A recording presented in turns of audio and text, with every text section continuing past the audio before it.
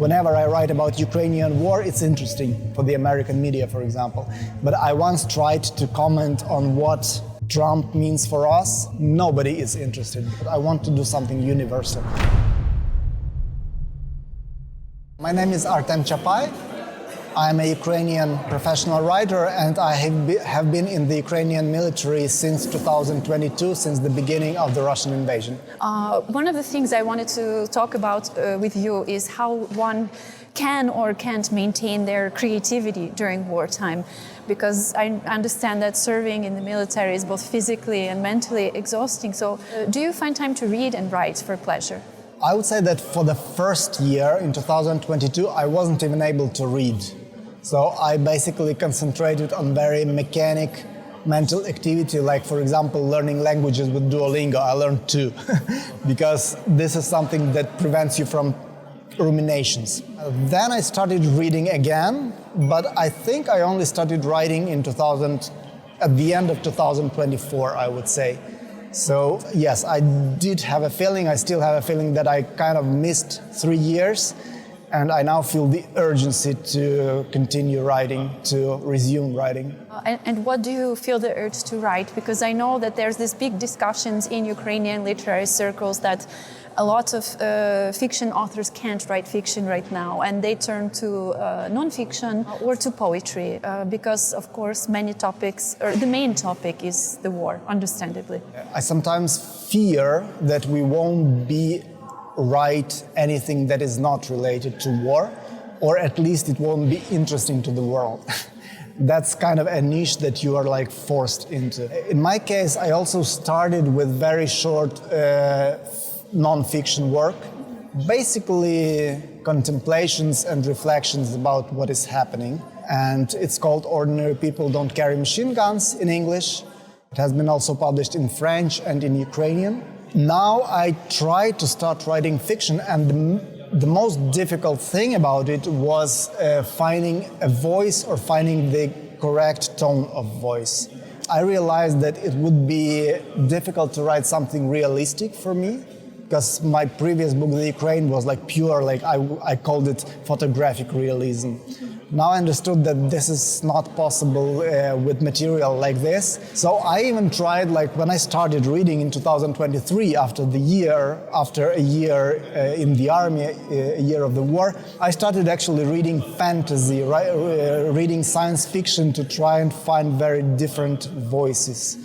So I read, of course, The Lord of the Ring, Philip Dick, a lot of Philip Dick, and in the end you understand that you knew what to write. You were actually trying to find a voice for 3 years. And now I think it's working, so I hope to be able to finish my first fiction book by the end of 2025. But it has to be very short, because you also have this feeling of urgency, knowing that any moment you can be interrupted.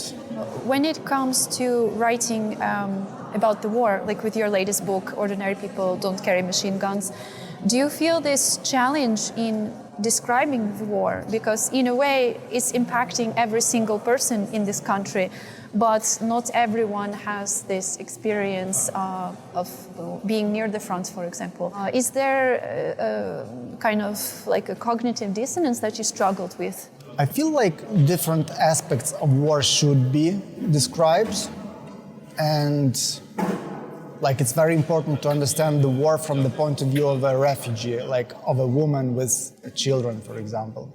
I understand that my experience is also very limited. You realize that after 3 years, your experience is only limited to what you are doing. Like, I have never been in the trenches, but my work has been dealing with the prisoners of war. This is also something unique.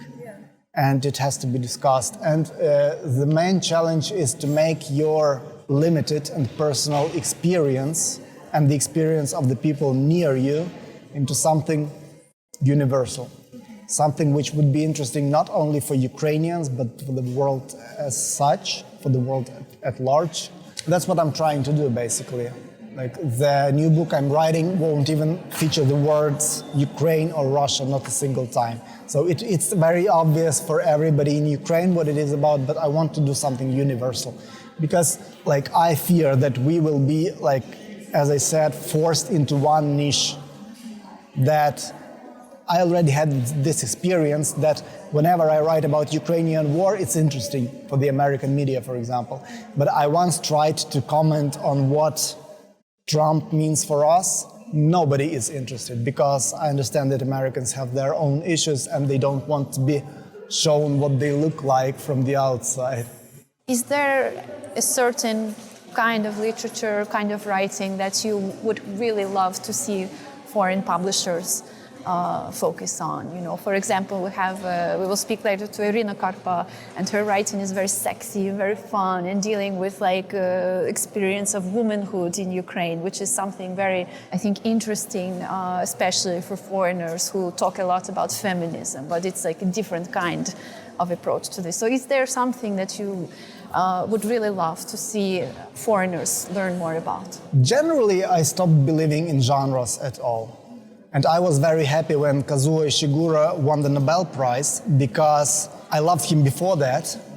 And I always loved basically science fiction. I grew up with that. And so now this can be also considered serious literature, which is great, I think. And so same with the literature that comes from Ukraine. I think it can be science fiction, it can be like very sexy writing like Irina Karpa's, it can be something very, I don't know, melancholic or something like a dark comedy, it doesn't matter. What matters is the quality of the work itself. Why do you think there's so many translators now, there's so much opportunities to publish classic and contemporary literature? What do you think it will take for foreigners to be interested in this non-war related literature from Ukraine? First, I don't feel there's a lot of translators. They're coming up. They are coming up, but you don't know who is good, who is not. Yeah. Like when I tried approaching a translator, she told me that she is busy for the next 2 or 3 years. So there's not enough. Ukrainian is not an easy language to master. Generally, this is a very big problem that most of the so-called world literature comes from ex-imperialist languages. Like there was the British Empire, so the whole world, like the half of the Yellow Sun from Nigeria and about the Igbo struggle is written in English.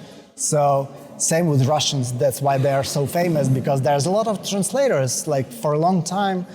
And with Ukrainians, with anybody, like I don't want to make Ukraine exceptional here. It's anybody who writes in a language that is not one of the 4 to 5 most common languages in the world.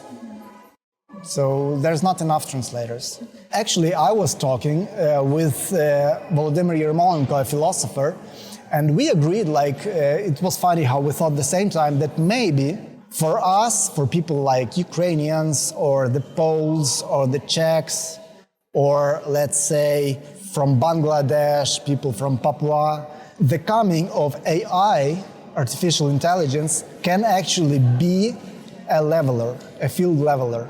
Because when you can publish a lot and fast, and then the human has to retouch it, remake it, it may level the field for us.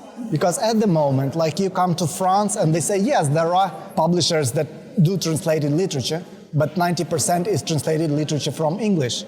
So. But do you think that AI can capture the subtleties of Ukrainian literature, the humor? No, not at the moment. But many human translators cannot either. I have a book which I love, but it was written in the Ukrainian dialect, the mixture of Ukrainian and Russian and dialect, and it's difficult. If Faulkner writes something like that with the dialect of the South, it is translated. But because there are many people, like even myself, I can understand Faulkner in the original, but there are very few people who can understand the subtleties of Ukrainian language in the original. But if the bulk, let's say, plot is already done by the AI somehow, it may take a human translator only, let's say, 2 or 3 months rather than years to render a book in a different language. So far this is science fiction, so far this is not possible, but I believe that maybe, just maybe, in another generation it won't be very important what language a movie is in or what language a book is in, or what language a computer game is in. It's very interesting to hear your perspective because a lot of creative people are very pessimistic, I guess, know. about AI. Actually, I joined, for some legal reasons, I joined the Society of Authors, which is based in Great Britain, and they had like very big discussions. Let's all sign to prohibit AI. How can you do it? And I was always like on the list. I was willing to say maybe there are different perspectives, because I really hope that like at some point it won't be important whether you are writing in Ukrainian or in English. What will count is the story, the relevance to the humanity in general. Because at the moment I can know more about what life is in Milwaukee than about what life is in Khmelnytsky region, even though I live in Ukraine. I know what St. Jude is like from Franzen, yes, and I can imagine what living in the Midwestern US is, but I cannot imagine what life is in like, I don't know, in some village in Ukraine if I don't go there in person. Thank you for watching this video. If you like our content, go to thekyivindependent.com and become a member today.